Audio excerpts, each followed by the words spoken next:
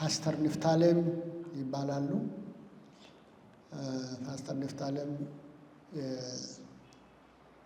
የአዲስ አበባ ካውንስል ኮሚቴ አባልም ነው አይደል? የካውንስል አባል ነው። በቤተ እምነት ሙሉ ወንጌል ቤተ ክርስቲያን አባል ናቸው። ሳንሱሲ የምትባል ትልቅ አጥቢያ አለች አዲስ አበባ ላይ። አንዷ ሜጋ ቤተ ክርስቲያን ከሙሉ ወንጌል ቤተ ክርስቲያናት አንዷ ናት። የእሷ ቤተ ክርስቲያን መሪ ናቸው፣ ዋና መሪ ናቸው። ቪዥነሪ ናቸው። ቪዥነሪ ስላችሁ ቤተ ክርስቲያን ተካይ ሚስዮናውያን ላኪ ቤተ ክርስቲያን ናት። ቤተ ክርስቲያናቸው በእሳቸው የምትመራ። ስለዚህ የዛሬ 5-6 ዓመት በፊት በአንድ ቀን ወደ 27 ሚስዮናውያን በኢትዮጵያ ውስጥ ዴዲኬት አድርገው ልከዋል። ከዛም በኋላ ብዙ ልከዋል። አሁን ቁጥሩን ይሄን ያህል ነው ማለት ባልችልም ወደ 100 አካባቢ የሚጠጉ ሚስዮናውያንን ያቺ አጥቢያ ብቻ በሀገር ውስጥ ልካለች እና ትልቅ ስራ እየሰሩ ነው ያሉት። በቤተ ክርስቲያን ተከላ በወንጌል መልእክተኛነት ቪዥነሪ ናቸው ማለት ነው። እግዚአብሔር ይባርካቸው። የተረፈውን ነገር እሳቸው አሟልተው የእግዚአብሔርን ቃል ያካፍሉናል። ተነጋግረናል። እሳቸው 3 ሰዓት ነው የሚሰብኩት። እንግዲህ ሰዓቱን እንዳይጨርሱ ገድበናቸዋል። ወደ 30 ደቂቃ ገድበናቸዋል። ደግሞ የ3 ሰዓቱን ስብከት በ30 ደቂቃ ውስጥ ያቀርቡልናል። ፓስተር ንፍታሌም ወደዚህ ይመጣሉ። ሰላም ናችሁ? እንደምን አላችሁ? ጌታ መልካም ነው። በጣም ደስ ብሎኛል። ጌታ ይባርካችሁ። በተለይ ይህን ፕሮግራም የጋበዛችሁን እግዚአብሔር ያክብራችሁ። ምክንያቱ ሰውን አምኖ ለሰው መስጠት በጣም ከባድ ነው። እኔ አጥቢያ መሪ ስለሆንኩ በአገልግሎት ዘመኔ 2 ጉዳዮች ነው የሚፈትኑኝ። አንደኛ አገልጋይ መጋበዝ፣ በእኛ መድረክ ላይ ማቆም ለእኔ ትልቅ ፈተና ነው። በጣም ያሳስበኛል። አንድ ጊዜ ካበላሸው ብዙ ነገሮች ስለሚጠፉ። ሁለተኛ አጀንዳ መዘጋጀት ወደፊት እንዴት መምራት እንደሚቻል ያሳስቡኛል በጣም በህይወቴ። ስለዚህ ሰው መድረክ ሲሰጠኝ እንደ ቀላል ነገር አላየም። እኔ አምኖኝ ሰው መድረክ ሲሰጠኝ አምናችሁኝ መድረክ ስለሰጣችሁኝ ጌታ ያክብራችሁ ላለው በጣም በራሴ በጣም ትልቅ ሀሳብ ውስጥ ነበርኩ። የኢትዮጵያ አብያተ ክርስቲያናት ካውንስል ዋና ጠቅላይ ጻፊያችን እኔ መናገር የፈለግኩትን ስለተናገሩ ደስ ብሎኛል። 30 ደቂቃ ሳይሆን 1 ደቂቃ ባልሰብክም አሁን ይበቃኛል ማለት ነው። ማለት የፈለግኩትን እሳቸው በጣም ስለተናገሩ ደስ ብሎኛል። አዲስ አበባ ካውንስል ምክትል ሰብሳቢ ነኝ። ሳንሱሲ ሙሉ ወንጌል ደግሞ እየላከች ያለችው አሁን እሱ ያሟላ ስለተባልኩ 94 ወንጌል መልእክተኞች አለን። 94 ወንጌል መልእክተኞች አለን። በጅማ ምድር እዛ ቦታ እነ ፓስተር ጌትነት በደንብ ያውቁታል። እዛ ቦታ ወንጌል መናገር በጣም ከባድ ነው። በዛ በጅማ ምድር በእኛ ሚሽነሪ 24 ቤተ ክርስቲያን ተተክሏል።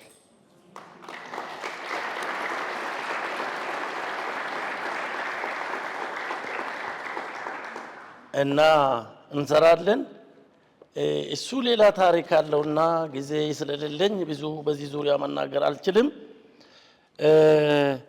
አንድ ሐሳብ እግዚአብሔር በልቤ ላይ ስላስቀመጠው እሱ ነብረን እናያለን። እስቲ ለእግዚአብሔር ቃል ክብር ቆመን በእግራችን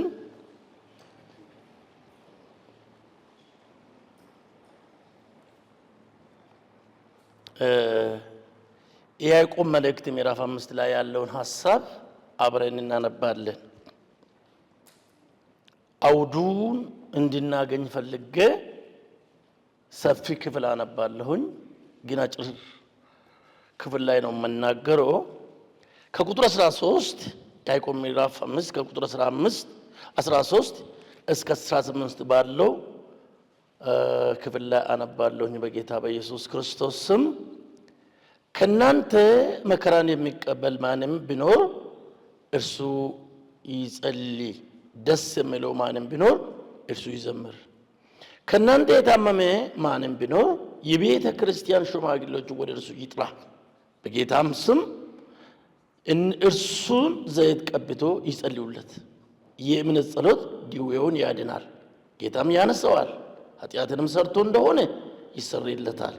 እርስ በርሳችሁ ኃጢአታችሁን ተናዘዙ፣ ትፈወሱም ዘንድ እያንዳንዱ ስለሌለው ይጸልይ። የጻድቅ ሰው ጸሎት በስራው እጅግ ኃይል ታደርጋለች። ኤልያስ እንደኛ የሆነ ሰው ነበረ። ዝናብ እንዳይዘንብ አጥብቆ ጸለየ። በምድር ላይ 3 ዓመት ከ6 ወር አልዘነበም። ሁለተኛም ጸለየ፣ ሰማዩም ዝናብ ሰጠ፣ ምድሪቱ ፍሬውን አበቀለች እያለ ቀጥሎ ይናገራል። እንቀመጣለን። እስካሁን በተጸለየው ጸሎት እስማማለሁ።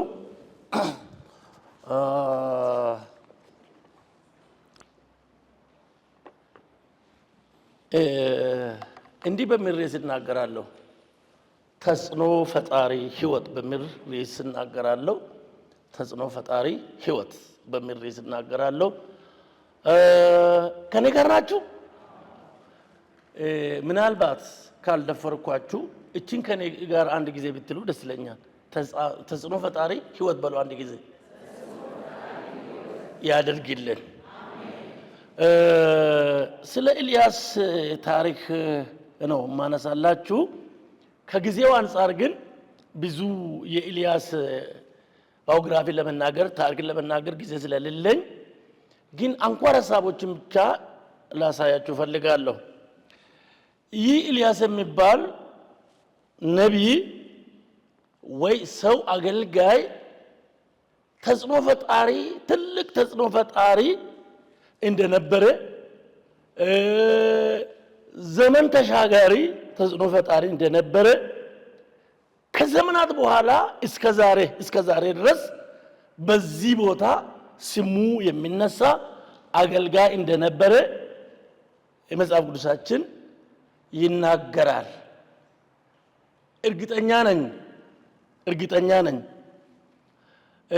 ርዕስ ቢሰጠኝ በዛ ርዕስ ዙሪያ እናገራለሁ።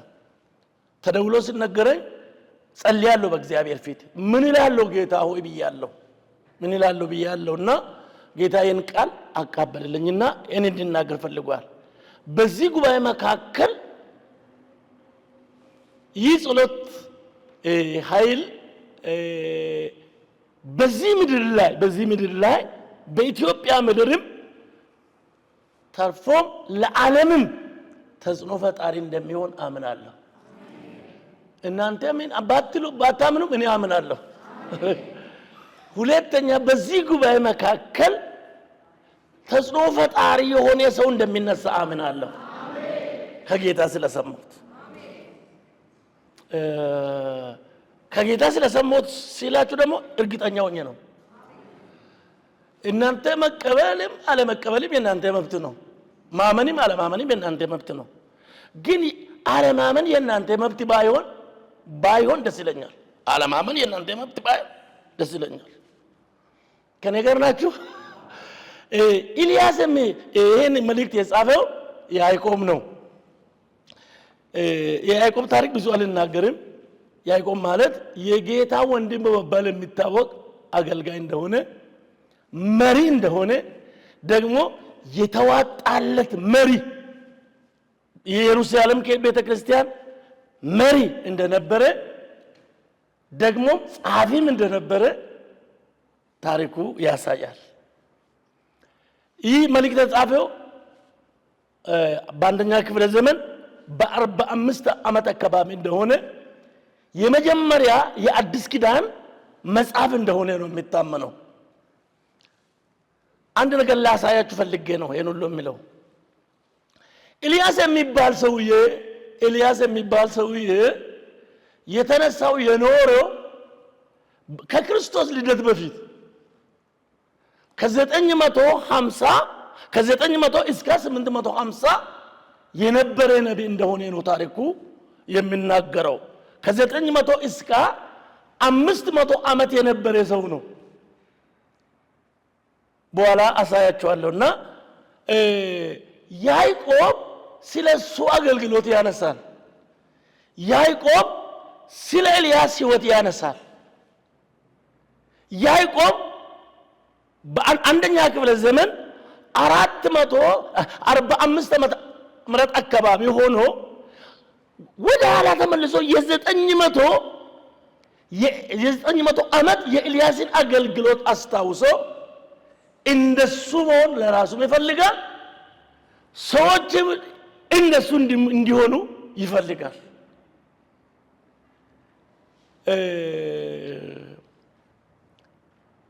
ኤልያስ ማለት የስሙ ትርጉም እግዚአብሔር አምላክ ነው የሚል ትርጉም አለው። እግዚአብሔር አምላክ ነው። በዘመኑ እሱ በነበረበት ዘመን በእስራኤል ዘንድ እንደ አምላክ ይጠራ የነበረ በዓል የሚባል ጣዖት በእስራኤል ዘንድ ይመለክ ነበር። በአካብ ዘመን፣ በእነ ኤልዛቤል ዘመን በዓል አምላክ ነው ይላሉ። በዓም አምላክ ነው፣ ጌታ ነው ይላሉ። ኤልያስ ተነሳ። የኤልያስ ቤተሰብ እግዚአብሔር ልጅ ሲሰጣቸው በዛ ዘመን እግዚአብሔር አምላክ ነው ተብሎ መምለክ አይቻልም፣ መናገር አይቻልም። እሱ ግን ቤተሰቡ ምን አሉ? የኛ ግን የእግዚአብሔርን ማንነት ይገልጻል አሉ። አልገባንም። የኛ ልጅ ኤልያስ ሲባል ምን ማለታቸው ነው? እግዚአብሔር አምላክ ነው። እግዚአብሔር አምላክ ነው። እግዚአብሔር ጌታ ነው። ኤልያስ የጠራ ሰው የእግዚአብሔርን አምላክነት፣ የእግዚአብሔርን ጌትነት በምድራችን ላይ እግዚአብሔር አምላክ ነው።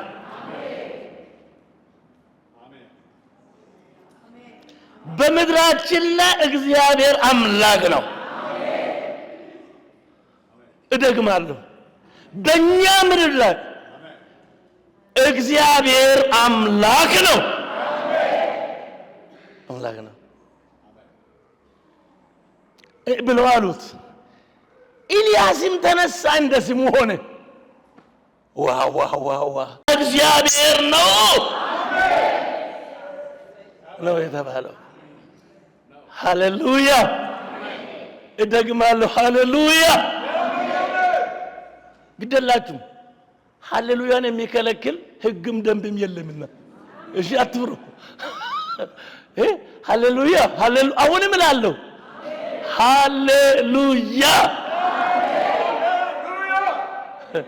በምድራችን ላይ የሚገዛ ለምንድን ነው የሚያናግረኝ? በምድራችን ላይ የሚገዛ ጌታ የሚሆን አምላክ የሚሆን ሌላ የለም።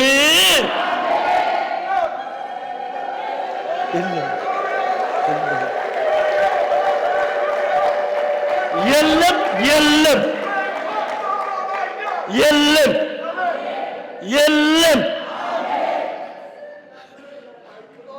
ካመናችሁ ከደገፋችሁ እኔም እጋራለሁ ሐሳባችሁ ካላችሁ እግዚአብሔር አምላክ ነው ብለዋል።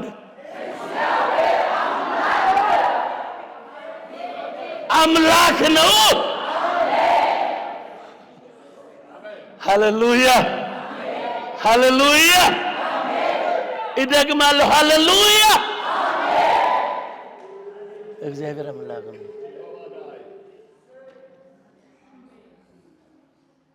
የሚገርማችሁ ኤልያስን ታሪክ ስታነሱ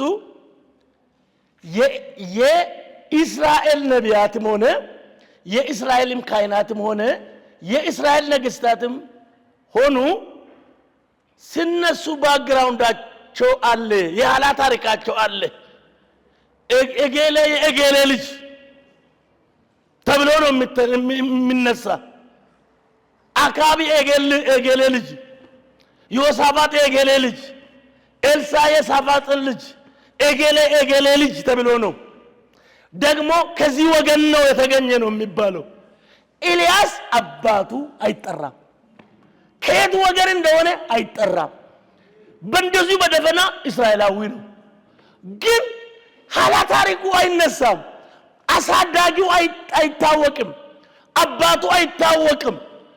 ግን ተነሳ፣ በምድሪቱ ላይ ዝነኛ ሆነ። ምንድነው ኤልያስን እንደዚህ ያደረገው? አሳዳጊው አይታወቅም፣ አባቱ አይታወቅም፣ በምን ሁኔታ እንዳደገ አይታወቅም። የሚገርማችሁ ደግሞ በገለዓድ ምድር ቴሸበ ከምትባል ከትንሽ መንደር የተነሳ እስከ ዛሬ ስሙ ገናና የሆነ በእስራኤል ላይ የገዘፈ እንደዚህ ያደረገው ምንድነው? እሱን አሳያቸዋለሁ። ምንድነው እንደዚህ ያደረገው? እስከዛ ፓስተር መሪያችን ፓስተር ጌትነት ዶክተር እኔ ለመናገር የመጣሁት በጣም ስስቅ ነበር እንዳለው ዘመን ተሻጋሪ አገልግሎት ህይወት ሲሉ እስከ ዛሬ የሱ አገልግሎት ተጽዕኖ ፈጣሪ ነው። የእስራኤል ህዝብ ጋር ሄዳችሁ አካብ ማለት ኤልያስ የነበረበት መሪ ነው። ኤልያስ ህዝቡ ጋር ሄዳችሁ አካብ መጣባችሁ ካላችሁት አይፈራም። መከላከያ ጋር ሄዳችሁ አካብ መጣባችሁ ካላችሁት አይፈራም። መከላከያ ጋር ሄዳችሁ ኤልያስ መጣባችሁ ካላችሁ በራሱ ላይ ይሸናል። እግዚአብሔር ባንተ ላይ ይጀምራል። ሃሌሉያ ሃሌሉያ። አንተ እግዚአብሔር ሰው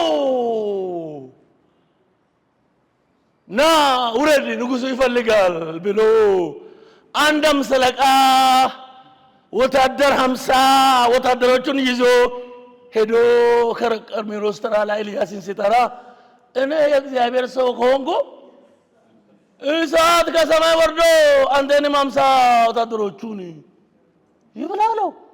ወዳኑ አመደኑ። ሁለተኛም ተላከ፣ እሱም እንዲህ አለ። ሶስተኛም ዝናው ወጣ። መከላከያው መፍራት ጀመረ። ማንን? ኤልያስን። ዋ አምናለሁ ይህ ወንጌል ዛሬ የሚሰራ ከሆነ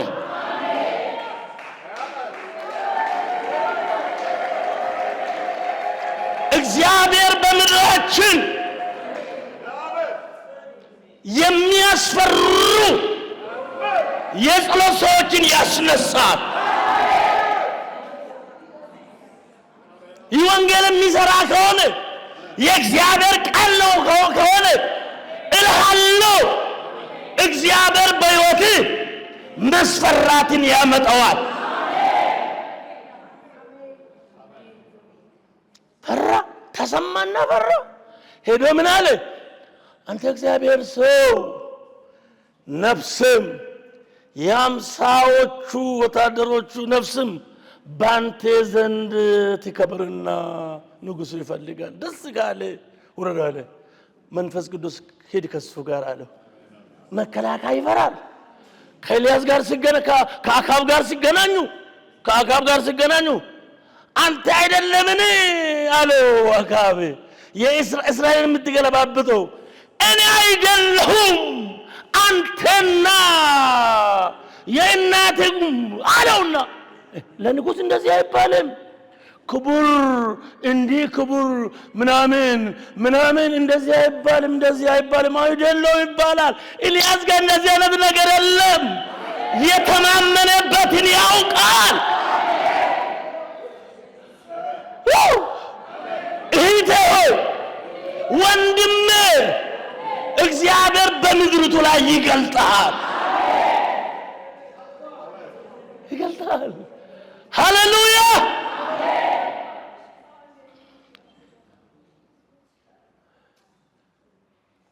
እንዲህ እንዲሆን ያደረገው ምንድነው?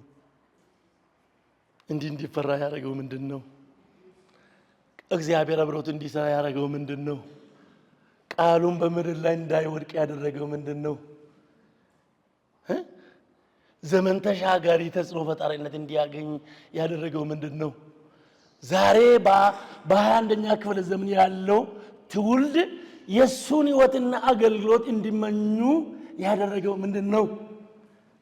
አንድ ነገር ላሳያችሁና 3 ነገሮችን እናገራለሁ ቶሎ ብዬ። በጌታ ዘመን የነበሩ ሐዋርያቱ ከክርስቶስ ጋር እየሄዱ አንድ ከተማ ገቡና አልተቀበሉት። ያቺ ከተማ ጌታንም ሐዋርያቱንም አልተቀበሉም። እኛም እንደ ኤልያስ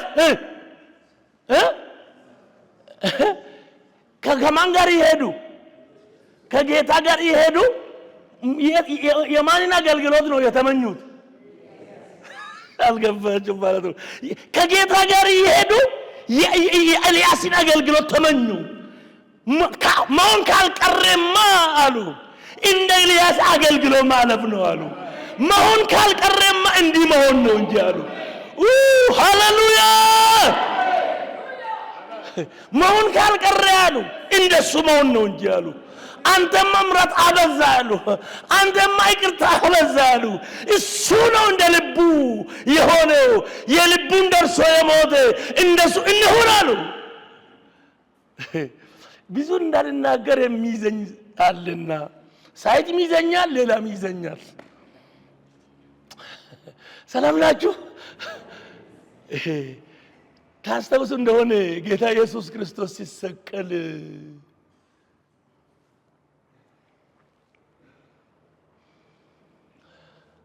ተሰቅሎ መስቀል ላይ ሆኖ ኤሎይ ኤሎይ ኤሎይ ለማ ሰበቅታኒ ብሎ ሲል ኤልያስን እየጠራ ነው አሉ።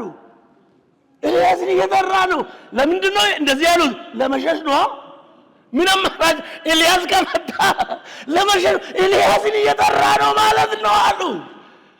እግዚአብሔር ይህ መንፈስ በእናንተ ላይ ያደርግ አልኩ። ከኔ ጋር ናችሁ? ኤልያስን እየጠራ እኮ ነው አሉ። ለመሸሽ እኮ ነው፣ ለሌላ ነገር አይደለም እኮ። ኤልያስ ከተገለጠማ እሳት ነው። ኤልያስ ከተገለጠማ አመድ መሆን ነው። ኤልያስ ከተገለጠማ ማን ይቋቋማል?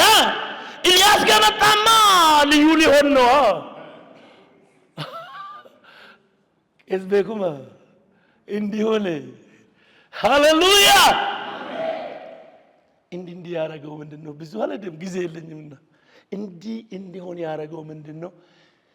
ኤልያስ ስላለ ኤልያስ አለ ያዕቆብ እንደኛው ሰው ነበረ። ፓስተር ይልማ ለ9 ዓመት የኔ መሪ ነበሩ፣ ፕሬዝዳንቴ ነበሩ። አሁንም ፕሬዝዳንቴ ነው።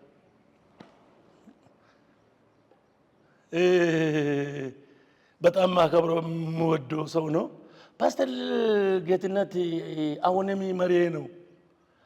ፓስተር ጌትነት እንደኛ ሰው ነውኒ ብዬ አላውቅም። ሰው እንደሆኑ ያውቃለሁና በዚህ ጉባኤ መካከል ንፍታሌም ሰው ነውኒ ያለኝ አንድም ሰው የለም። ፓስተርዬ ሰው ነውኒ ብዬ አውቃለሁ እንዴ? ከዚህ በፊትም አላልኩትም፣ ለወደፊት ግን ከዛሬ ቀን በኋላ አላውቅም። ከገባብኝ ገባችሁ እያልኩ ያለሁት ኤልያስ ሰው መሆኑ ሰዎች እስኪተጠራጠሩ ድረስ እንደ በሰው እንደዚህ ይሆናል በሰው እንዴት እንደዚህ ይከናወናል? እንደዚህ ይደረጋል? አዎ ይደረጋል። አልገባችሁም? አዎ ይደረጋል። ሰው ኤልያስን ማን ነው በዘመኑ የነበሩ ቀርቶ ከ900 ዓመት በኋላ የተነሳ ያዕቆብ ራሱ እንደኛው ሰው ነበር ይላል። በፍርሃት እንደኛው ነው፣ በድካም እንደኛው ነው፣ በራብ እንደኛው ነው፣ በሌላ እንደኛው ነው። ግን በአንድ ጉዳይ እንደኛ አይደለም። በአንድ ጉዳይ እንደኛ ሰው አይደለም። በአንድ ጉዳይ ምንድነው ጉዳዩ? በአንድ ጉዳይ ኤልያስን ኤልያስ ያስባለው እንዲሰበክ ያደረገው ያ በዛ ዘመን እሱ የኖረ ዛሬ እንድንኖር ፈልጎ መንፈስ ቅዱስ ዛሬ የሚናገራቸው ምን ነበር? የጸሎት ሰው ነበር። ይጸልያል። የምትጸልይ ከሆነ የምታነባ ከሆነ ያለ መቋረጥ የምትጸልይ ከሆነ ትፈራለህ። እኔ አጥቢያ እመራለሁ፣ በክልል መሪ ነኝ እና በህይወቴ ረጅም ምላስ ያላቸው ሰዎችን አልፈራም። አሉ እኮ ረጅም ምላስ ያላቸው ሰዎች አሉ። ረጅም እጅ ያላቸው ሰዎችም አሉ። ረጅም እጅ ያላቸው ሰዎች እንዳሉ ታውቃላችሁ አይደል? እዚህ ሆኖ የሆነ ቦታ ላይ መስራት የሚችሉ ረጅም ምላስ ያላቸው ሰዎችም አሉ። አልፈራቸው። እኔ የምፈራቸው እነማን ናቸው ካላችሁኝ፣ የጸሎት ሰዎች፣ የሚንበረከኩ ሰዎች፣ የሚያነቡ ሰዎች፣ የሚጸልዩ ሰዎች። እነሱ የሚፈርስን ያፈርሳሉ። የሚቆመው ነገር ሊቆም ያለው ነገር ያቆማሉ።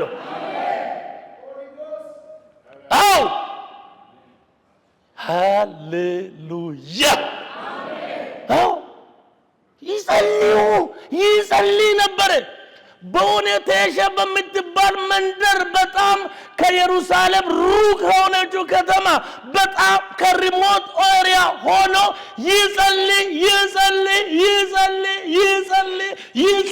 ይጸልይ ነበርና አንድ ቀን ከዛ ምድር የተገኘ 4 ኪሎ ቤተ መንግስት ተገኘ። እዛም አለ ይመስላል። ከዛ ገጠር ሰውየውን አምጥቶ የታቆመ በአካብ ቤተ መንግስት። ሃሌሉያ። የምትጸልይ ከሆነ ያልጨበቅከው መድረክ በፊት ያለ። አንድ ጊዜ ለአንድ ወር ምሽግ ገብቼ ጸልያለሁ። ለአንድ ወር ምሽግ ገብቼ እየጸለኩ ፓስተር ይልማ ያኔ የኢትዮጵያ ሙሉ ወንጌል ፕሬዝዳንት ነበሩና በአመት የሚደረገው ጠቅላላ ጉባኤ አለ የመሪዎች ከ600 ሰዎች በላይ ይሆናሉ አይደለም ፓስተር? እስከ 1000 እና እየጸለኩ ያለው ፓስተር ይልማ ይደውሉልኛል። ፓስተር ነፍታለም አቤት አሉ። የእሳቸው ስልክ ስለሆነ ብዙ ጊዜ ዘግቼ ጸልያለሁ። በዛን ቀን ዘግቼ እንዳልጸልይ ውስጤ አሳሰበኝ። እንላለን አይደለም እኛ በእኛ ቤት ማለት ነው፣ እናንተ አይደለም ያልኩ ያለው። በእኛ ቤት አሳሰበኝና በዛን ቀን እንዳልዘጋ አረገኝ። ደወሉልኝና ፓስተር ይልማ ስተነፍታለም ሐምሌ እና ሰኔ ወርክ እንደዚህ መስለኛል በናሴ ውስጥ የሚደረገው የኢትዮጵያ ሙሉ ወንጌል ጠቅላላ ጉባኤ ላይ ቃል ሼር እንድታደርግልን ፈልጌ ነው ወደ ወልጉልህ አሉኝ። እዚህ ስላለው እንዲህ አልኩት። ለምን አልኩት? ለምን ይባላል? ለምን አልኩት? ለምን ያልኩበት ምክንያት ልንገራችሁ። እኔ አስቤ አላውቅማ ኢትዮጵያ ሙሉ ወንጌል ጠቅላላ ጉባኤ አገለግላለሁ ብዬ አስቤ አላውቅም። ራሴንም ለዛ ነገር አስቤም አላውቅም፣ ጸልዬም አላውቅም። ለዛ ነገርም ራሴንም አስቤም ተዘጋጅቼም አላውቅምና ለምን አልኩት። ለምን ታገለግላለህ? ምን ማለት ነው? ለምን ትላለህ? ታገለግላለህ አለው። እሺ ጸልዬ እነግርሃለሁ ብዬ አገለገልኩም። ከዛ በኋላ ብዙ ነገሮች አሉ። የምትጸልይ ከሆነ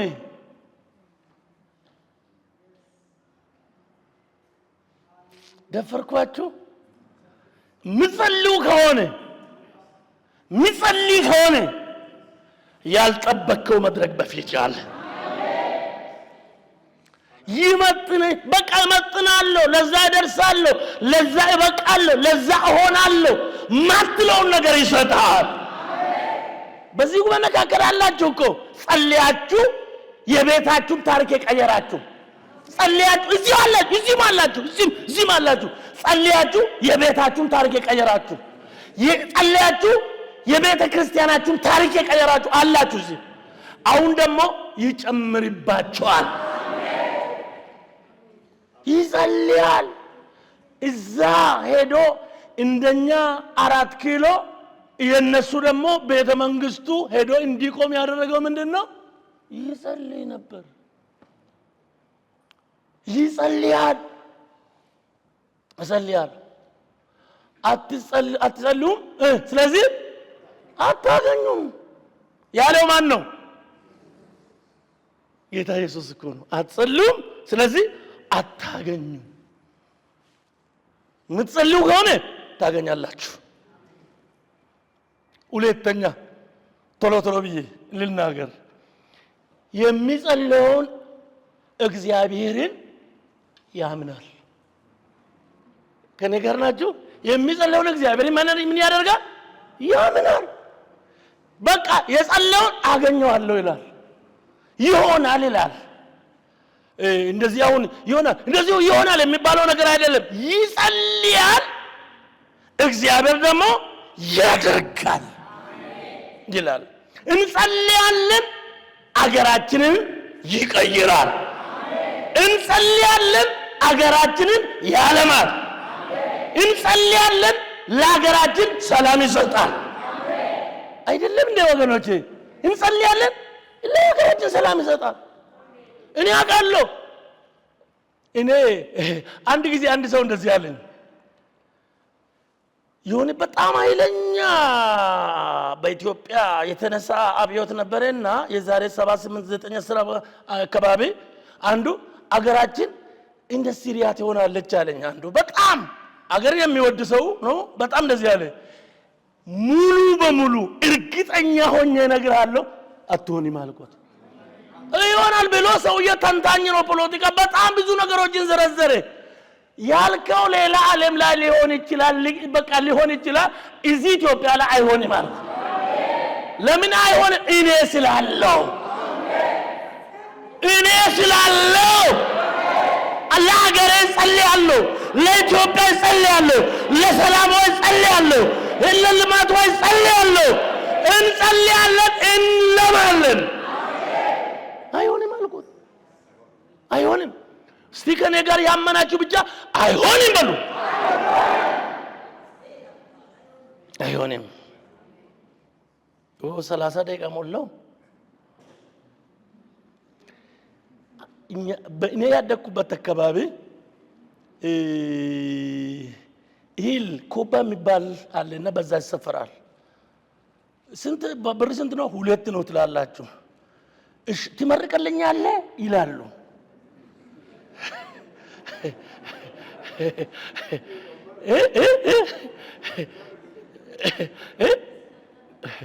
አስር ደቂቃ አገኝቻለሁ። ይሄም ለጸሎታችሁም ይሆናል እና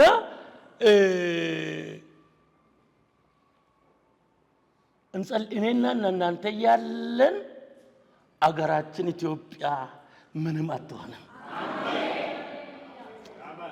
የሚገርማችሁ ከሌላ ሀገር የሚመጣ ሚሳኤል በእኛ ላይ አይመጣም፣ አይወርድም። የሚገርማችሁ ቢወረወር እንኳን ይከሽፋል። አናደርግም፣ እናደርጋለን። እኔ እያለሁ አንተ እያለ እህቴው አንቺ እያለሽ እናቴ አንቺ እያለሽ አይሆንም፣ አይሆንም። እኔ ጸልያለሁ፣ አምናለሁ። አምላክ የሚጸልየው አምላኬን አምናለሁ። ምንድነው? አንድ ጊዜ እንደዚህ ሆነ። ጉጂ ገጠር የምትባል የምታውቁ ጥቂት ሰዎች እዚህ እንዳላችሁ አለውና እዛ ላይ አገልግሎት እጄ ዝናብ ጠፍቶ ነበር እና ወይዘሮ ሌንሳ ጉድና ቄስ ጉድና ልጅ ማለት ነው ቄስ አብዲ መገርሳ ጳውሎስ ዘማሪው ሆነን ያገለግል ዝናብ ጠፍቶ ነበርና ዝናብ የለም ብለው ይናገራሉ። በቃ ጸልያለሁ ይዘንባል አልኳቸው። ጸልያለሁ ይዘንባል አልኩት። እነዚህ ሰዎችን አውቄ ነው ስማቸውን ያነሳሁት እንዲጠይቁ ፈልጌ ነው። እና ከዛ በኋላ ጸለይኩ። ከሰዓት በኋላ ዛሬ እንዲህ ይልብ ጌታ ሆይ ጸልያለሁ ዛሬ እንዲህ ጸልያለሁ እንዲህ አልኩት። ብዙ ታሪኮች አሉ ወደዛ ለድም እንጂ የምታውቁ ሰዎችን ጥቂት ሰዎች እዚህ ያላችሁ ዛሬ እንዲዘንብ ጸልያለሁ አልኩት። ከዛ በኋላ ዝናቡ ወደ ቤት ስንመለስ ለኮንፈረንስ ነው የዘነውና በግ ያረዱ ነው። ለማን ነው? ለእናንተ። እኛ እኮ ዛሬ እንሄዳለን። አትሄዱም እንጂ እንሞታለን እንጂ ሙተን እንገኛለን እንጂ አትሄዱ። ለእናንተ አይደለም በግ የታረደው። ጥሩ ነው፣ እሱ መልካም ነገር ነው ያደረጋችሁ፣ ጌታ ይባርካችሁ። ግን እዚህ የምናደርገው ሆነ ዝናብ ይዘንባል። እኛ ይዘን ያለነው መኪና ደግሞ ፒስታ መንገዶችን አይችልም፣ ጭቃው ይይዛል አልኳቸው። እሱ ዘንቧል። ቅድም ነው ሲጸልይ አሜን አሜን ይሉ የነበሩ ሰዎች እሱ ዘንቦ እዙ ያቆያቸዋል። ምን ሲሉ የነበሩ ሰዎች አሜን ሲሉ የነበሩ ሰዎች ይጸልዩ የነበሩ ሰዎች ይዘንብና ያቆያቸዋል። እንደሚዘንባ ቃለው መቆየት ስለማንፈልግ ብለ ትተን ስንወጣ ከእኔ በኋላ ከአንድ 3 ሰዓት በኋላ ሳይለንት ነበረና መንገዱ ፒስታ መንገድ ነበረ እንገጫገጭ ነበር ስለነበረ አልሰማሁትም። አስፋልት ላይ ስንወጣ 72 ስልኮች ምስኮሮች በኔ ላይ ያሉ አንዱ እንደገና ሲደውልበት አነሳው። ሆነ እኮ ምኑ ዝናቡ ዘነበ። እንደሱ ገና መቼ ነው የሚያምኑ? ሲዘንብ። እንጸልያለን አገራችን ሰላም ይሆናል። እንጸልያለን ይሆናል።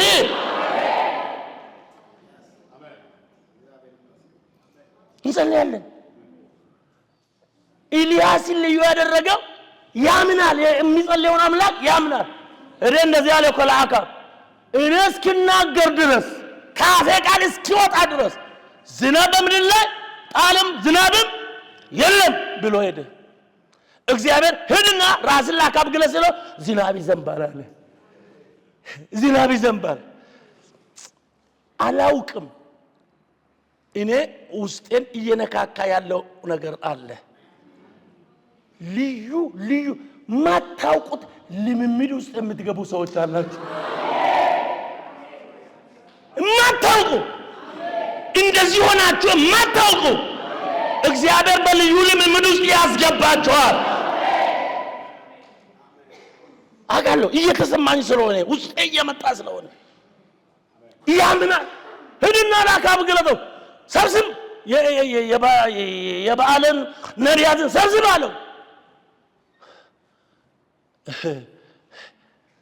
400 ነቢያትን 450 ነቢያትን የእንትናንም የጽድ ጣዖቱን የሚሰሩትን 400 ይዞ ወደ ወንዝ ወረደ። ወደ ቂሶን ወንዝ ለጥምቀት እንደሚሄድ ሰው ከንቱ አረጋቸው። ከዛ በኋላ እንዲህ ያለው ዝናቡ ይዘንባል። ምንም ሄድና ለሎሌ ምን አለ? ሄድና ባህር ላይ ምን እንጠይቅ፣ ውሃ ላይ ምን ይፈልግ? ዝናብን ፈልግ። 7 ጊዜ ተመላለሰው እጅ የምታይል ዳመና አለ ያለው። በቃ አምናለሁ። ይሄን አይተሃል አይደለም? አዎ ይሄን አይተሃል። ይሁንስ ጨረፍታ ነገር ታይቶብሃል? አዎ ሂድና ለአካብ ንገረው የዝናቡ ሽንፍር እጅግ ነውና፣ የዝናቡ ሽንፍር እጅግ ነውና ተነስና እስራኤል እስኪትገባ ሩጥ አለው። ሲገባ እሱ መሮጥ ሲጀምር ምንም ሳይኖር እኮ ነው። እየሮጡ ያሉ ምን ሆነ? ዝናቡ መጣ። አሁን ከአንድ 2 ደቂቃ በኋላ የሚመጣ ነገር አለ። አታምኑም አይደለም እናንተ? እኔ በቃ ተውት እናንተ። እኔ አምናለሁ በላይ አዲስ ነገር ይሆናል። የሚወሪ ኃይል አለ። ሶስተኛ ህይወቱ በእግዚአብሔር ምሪት የታጀበ ነው። መናገር አልችልም። ተነሱና ቁሙ አንድ ጊዜ። ለሹማምንት ለገዢዎች ለአለቆች